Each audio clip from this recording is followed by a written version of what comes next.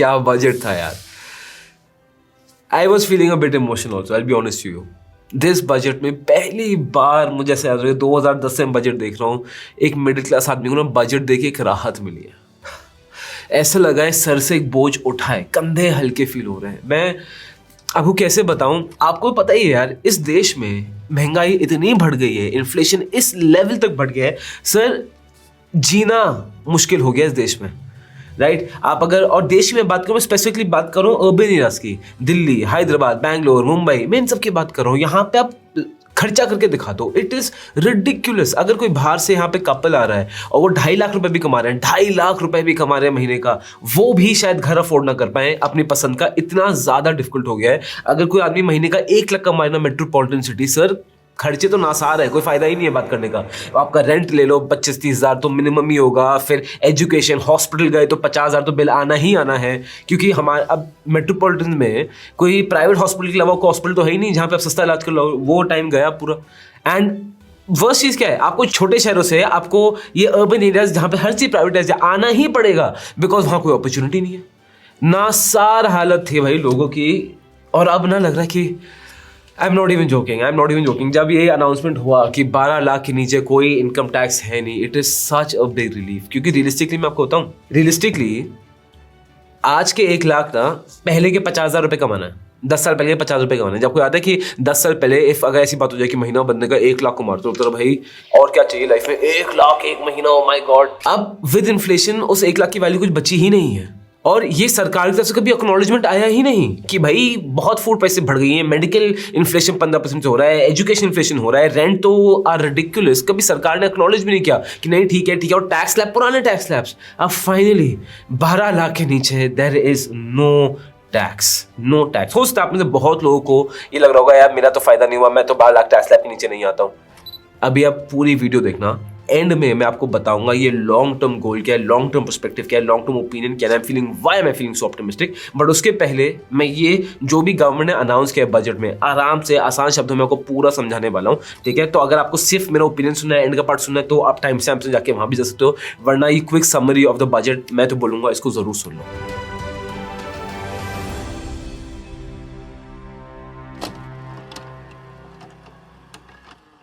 तो sector wise sector शुरू करते हैं। सबसे पहले आते हैं एग्रीकल्चर और रूरल डेवलपमेंट में। As you can see prime minister Dhan Dhanya कृषि योजना में टारगेट्स 100 लो प्रोडक्टिविटी डिस्ट्रिक्ट्स, ठीक है। फिर मिशन पल्सेस लाइन्स, इसमें कुछ पल्सेस में टीडीएस वगैरह कम हो गया है।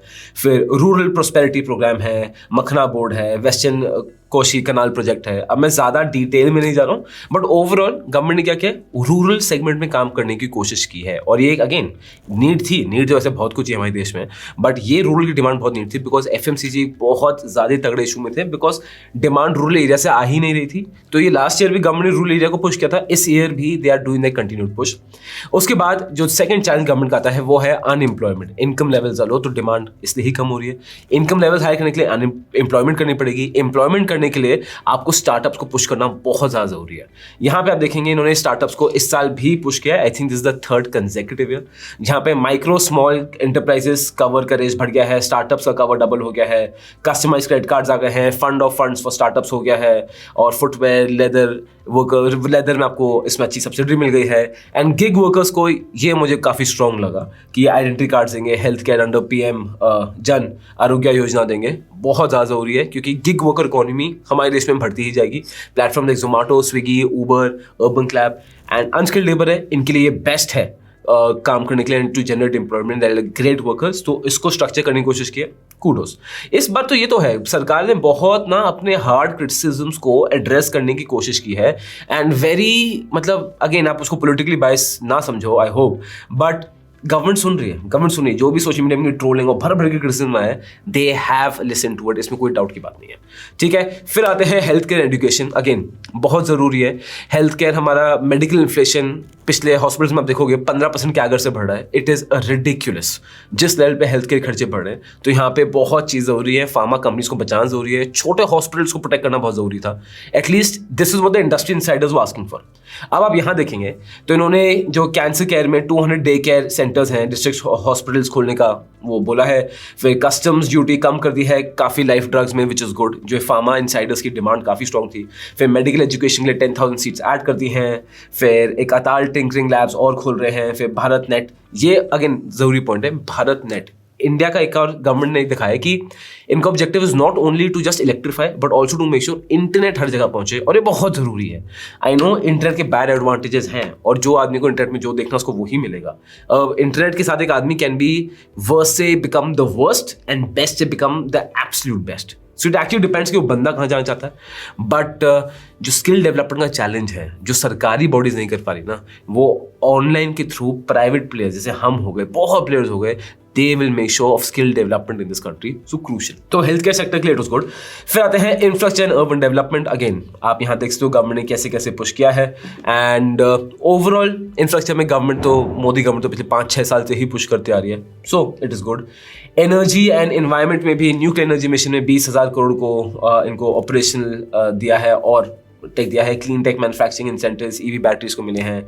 लिथियम बैटरी में क्या था, लिथियम बैटरी में आई थिंक इन्होंने वो कम कर दिया था, लेट मी जस्ट चेक, हाँ ड्यूटी कट कर दिया ऑन लिथियम बैटरी, ये एक और इनसाइडर डिमांड थी।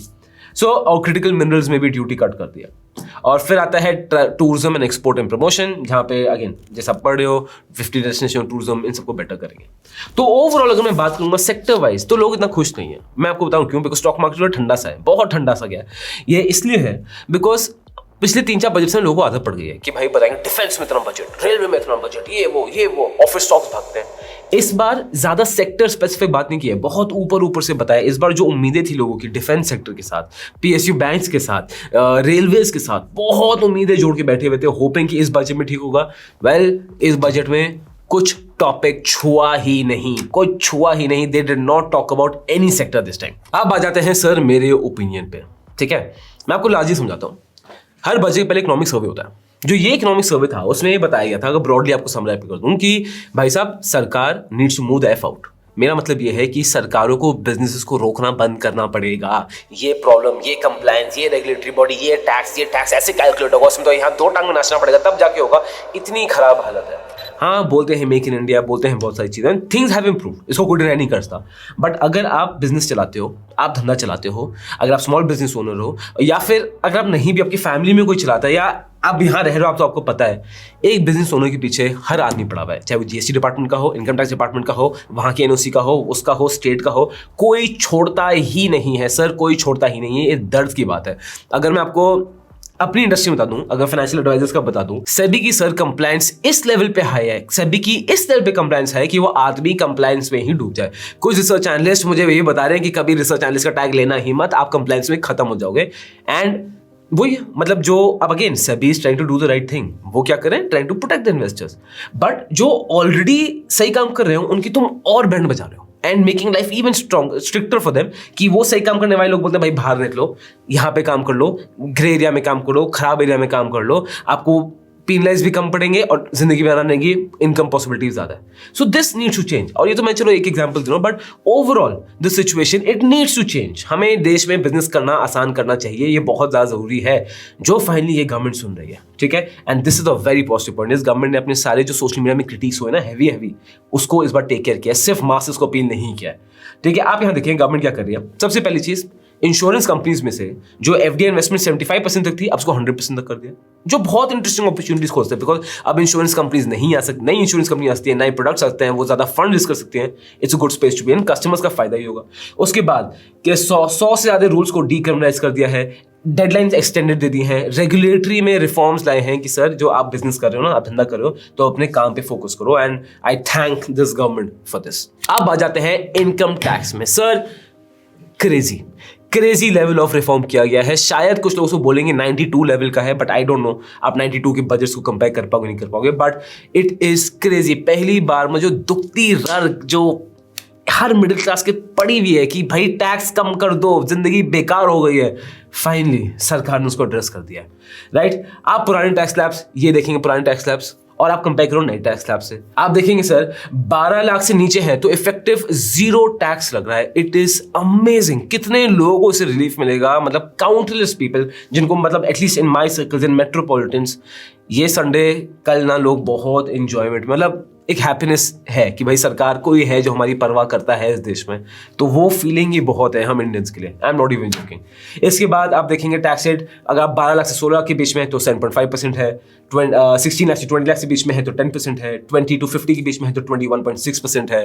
It is a huge saver. Just compare it, एक बार स्क्रीन पॉज करके कंपेयर कर लेना पुराने टैक्स रेट से, कितना बड़ा ये रिलीफ दिया है। अब उससे पहले मैं इसके एडवांटेज में जाऊँ, स्टॉक मार्केट में एडवांटेज जाऊँ, मैं आपको एक और टेंजेंट में सोचना चाहता हूँ। ठीक है, हमारी सरकार का मेन चीज क्या होती है? Fiscal deficit. और मेरे लिए ना, जैसे हम लाइफ में यही बात करते हैं आज कि निर्मला सीतारमण सब नफरत करते हैं, सब बोल देते हैं she is like a strict school teacher for me, जो बहुत रूड है, जो बहुत बदतमीज है शायद, और वो बहुत स्ट्रिक्ट है, बिल्कुल जोक्स पसंद नहीं करती, and but she does the right thing. इस सरकार को that you have to commend that उन्होंने हमारे देश का फिस्कल डेफिसिट 5% नीचे रखा है। फिस्कल डेफिसिट होता है सर उधारी, कि हमारा एक्सपेंडिचर ज्यादा है, इनकम कम है, वो उधारी। एक देश बर्बाद ही होता है फिस्कल डेफिसिट के चक्कर में, डेट के चक्कर में। एक कंपनी बर्बाद ही होती है डेट के चक्कर में। मैं मेजॉरिटी ऑफ केस की बात कर रहा हूं। हमारे देश का फिस्कल डेफिसिट 5% से कम है, which if we continue this for the coming let's even say till 2030 हम इसको कंटिन्यू कर ले sir, we might be in the top 3 countries of the world. और हाँ, ऑन पेपर तो सब बोल ही रहे हैं, बट आई थिंक हम उससे जल्दी और ज्यादा डिग्री से उस लेवल तक ऊपर पहुंच जाएंगे। This is the probability. हमारे पास लोन ही नहीं है सर, फिस्कल डेफिसिट कम है 5% से। अभी आप देखेंगे 2024 जो लास्ट ईयर का फिस्कल डेफिसिट वाज ओनली 4.8%।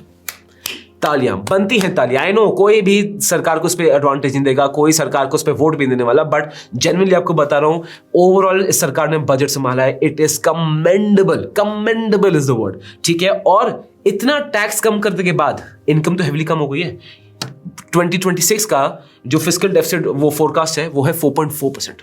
तो 4.8% से दे थिंक हम 4.4% में आ जाएंगे, और हम टैक्स भी कम ले रहे हैं लोगों से, विच इज ब्रिलियंट। अभी क्यों हुई है? सबसे पहली चीज, गवर्नमेंट की टैक्स कलेक्शन बहुत बेटर हो गई है, इसमें कोई डाउट की बात नहीं है, राइट। दूसरी चीज, अब government will also need to come out with innovative ideas to collect tax. सिर्फ इनकम टैक्स से नहीं चलेगा। अमीरों से ज्यादा लो सर, जो गरीब है उसको छोड़ दो, मिडिल क्लास को थोड़ा स्पेस दो, सांस लेने के लिए, जिंदा रहने के लिए इस देश में उनका भी पूरा राइट है, और ये गवर्नमेंट वो सुन रही है। And you might think it's political, but यार जो कुछ अच्छा किया है तो बनता ही है। और आपके जो व्यूज है आप नीचे कमेंट बॉक्स में जरूर बताओ। अब बात करते हैं सर स्टॉक मार्केट्स की। लॉजिकली सोचो, लोग बोल रहे हैं कि सर स्टॉक मार्केट में कुछ हुआ नहीं, ये तो चढ़ा नहीं, वो हुआ नहीं। अरे भाई, हम क्या बात करें कि यार एक पेड़ लगाया क्यों लगाया, यहाँ पे पेड़ क्यों लगाया, यहाँ पेड़ क्यों लगाया। इस सरकार ने टैक्स कम करके बताऊं किया क्या है? आपको पेड़ लगाने की जगह नहीं दिए, आपको एकड़ों ऑफ जमीन दे दी है। अब वहां पे जो मर्जी पेड़ लगाओ, और जो हम इन्वेस्टर सोच ही नहीं पा रहे। ये अभी बहुत शॉर्ट साइटेड नहीं चल रही स्टॉक मार्केट में। क्यों?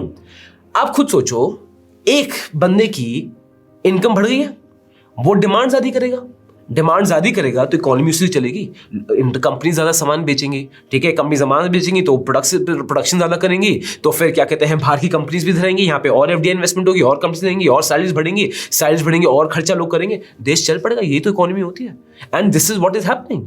ठीक है, अब I tell the interesting thing. आप देखेंगे किसी के पास इनकम बढ़ गई, हाँ जी, इनकम बढ़ गई, क्या होगा? अगर आप स्टॉक्स ले लो, एंजल वन टाइप स्टॉक्स ले लो, या फिर कोई भी स्पेसिफिक सेक्टर ले लो, सेविंग्स लोग बढ़ जाएगी। लोग स्टॉक मार्केट में ज्यादा पैसा पार्क करेंगे, सही बात है, करेंगे ना। जब लोग पैसा स्टॉक मार्केट ज्यादा पार्क करेंगे, जब सेविंग्स रेट बढ़ जाएगा, एफआईआई वाले और बेचते रहें, कुछ फर्क पड़ेगा नहीं। So this is a very powerful move for stock markets, because बहुत पैसा स्टॉक मार्केट्स में आएगा। अब अगर कोई ये आर्ग्यू करता है कि जस्ट बिकॉज मैं टैक्स बचा ले तो जरूरी थोड़ी मैं सेविंग्स कर लूंगा, सर इंडियंस का ना खून आपको बता रहा हूँ सेविंग्स का ही है। हमारा सेविंग्स रेट पहले 28-30% के ऊपर होता था, अब वो नीचे गिरते गिरते इतना कम हो गया बिकॉज महंगाई इतनी बढ़ गई, टैक्स भी बढ़ी जा रहा है, सरकार ने दिया नहीं, और इंडियन एकदम स्क्वीज आउट हो गए। एंड ऑफ कोर्स दूसरा भी है कि यार इंडियंस खर्चा भी ज्यादा कर रहे हैं, ब्रांड्स हो रही है, मार्केटिंग हो रही है, इंस्टाग्राम का खर्चा, लाइफस्टाइल, हर चीज बढ़ गई है। बट आप वो लॉजिक समझ रहे हो? तो यहां पे जो मजे की बात है ना, अब इंडियंस आर नॉट ओनली कि हम खर्चा करते रहेंगे, इंडियन हम सेविंग पे ध्यान देते हैं, इन्वेस्टिंग पे ध्यान देते हैं, and past numbers have been proof of that. Stock market जितना चढ़ा है, क्यों चढ़ा है? Because of retail investment, and you have to say it's a fact. डीएस की आप इन्वेस्टमेंट देख लो सर, वो इन्वेस्टमेंट बढ़ जाएगी, एएमसीज का फायदा होगा। दूसरा एफएमसीजी डेफिनेटली फायदा होगा, टूरिज्म सेक्टर डेफिनेटली फायदा होगा। आप खुद देखो, जब एक बंदे की डिमांड बढ़ गई है, उसके बाद पैसे बढ़ गए हैं, वो सब कुछ खरीदेगा यार, वो सब कुछ खरीदेगा, फ्रॉम ऑटोमोबाइल टू वो बैंक्स में भी पैसा ट्रांजैक्ट करेगा, वो डेटा सेंटर्स में भी जाएगा, वो हेल्थ केयर में भी जाएगा, एनर्जी में भी, ये हर चीज को पूरा स्प्रेड आउट बेनिफिट मिलेगा बिकॉज पूरी इंडस्ट्री का डिमांड पूल बढ़ गया है। This is the power of this. अब आपको एक और इंटरेस्टिंग चीज बताता हूं। अब बात से मैं बोलूंगा इन्फ्लेशन बढ़ जाएगा, जो फैक्ट है। इंडिया में इन्फ्लेशन अभी तो चलो कंट्रोल में चल रहा है 1-2 क्वार्टर से, बट है प्रॉब्लम तो है ही ना, इन्फ्लेशन क्यों प्रॉब्लम है। अब अगर मैं थोड़ा डीप जा रहा हूँ, बिकॉज आपको पता है गोयल आपको डीप ही लेके जाएगा। And by the way, if you like such content, आपको अच्छा लग रहा है तो hit the subscribe button, it really helps us out. अब इंटरेस्टिंग चीज ये है, जहां पे इनकम इनक्वालिटी बहुत हाई है ना, वहां पे जनरली इन्फ्लेशन ज्यादा होता है। इंडिया में भी हाई है। अब डिमांड और बढ़ गई है, सप्लाई और कम हो जाएगी, बिकॉज टैक्स कम हो गए हैं, डिमांड और सप्लाई तो वहीं रहेगी, तो इन्फ्लेशन और बढ़ेगी। अब बात आती है आरबीआई की। अब आरबीआई अगर आने वाली मॉनेटरी पॉलिसी में अपने इंटरेस्ट रेट कम कर देगा तो सर क्या होगा, भारत का stock markets will be on an nose, मतलब होता है ना फास्ट एंड फ्यूरियस में नॉस लगा दिया और गाड़ी भाग रही है, उस लेवल पे हमारी इकोनॉमी भाग सकती है, at least in the short run. Long term से क्या सर्कमस्टेंसेस होंगे, इन्फ्लेशन आउट ऑफ कंट्रोल चलेगा, देखना पड़ेगा। बट अगर वहीं आरबीआई ने इंटरेस्ट रेट मॉनेटरी पॉलिसी में बढ़ा दिया तो सिचुएशन इज डिफरेंट। और अगली वीडियो ना मैं यही बताने वाला हूं कि आरबीआई मॉनेटरी पॉलिसी में क्या प्लान कर रहा है। This is the budget. आपको बजट कैसा लगा कमेंट बॉक्स में बताओ। और अगर सीरियस हो सर इन्वेस्टिंग के लिए तो स्टॉक सिलेक्शन वेबिनार, जहां मैं आसान भाषा में आपको बताता हूं how to choose stocks. At least अब जो 2025 के बाद रैली आएगी ना, उस रैली को आपको मिस नहीं करना है। फ्री है, लिंक नीचे।